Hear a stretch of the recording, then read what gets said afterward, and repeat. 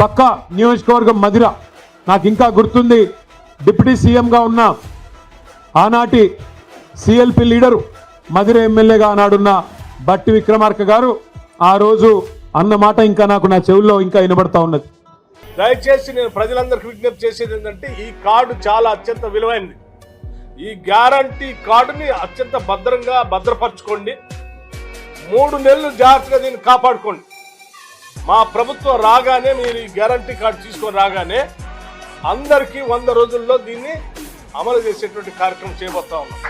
భద్రంగా పెట్టుకోండి, గ్యారంటీ కార్డులు భద్రంగా దాచిపెట్టుకోండి. 100 రోజుల్లో ఇది చాలా విలువైన కార్డు. ఎక్కడ పోయింది నీ 2,500? ఎక్కడ పోయింది 4,000 పెన్షను? ఎక్కడ పోయింది తులం బంగారం? ఎక్కడ పోయినాయి స్కూటీలు? ఎక్కడ పోయినాయి విద్యా భరోసా కార్డులు?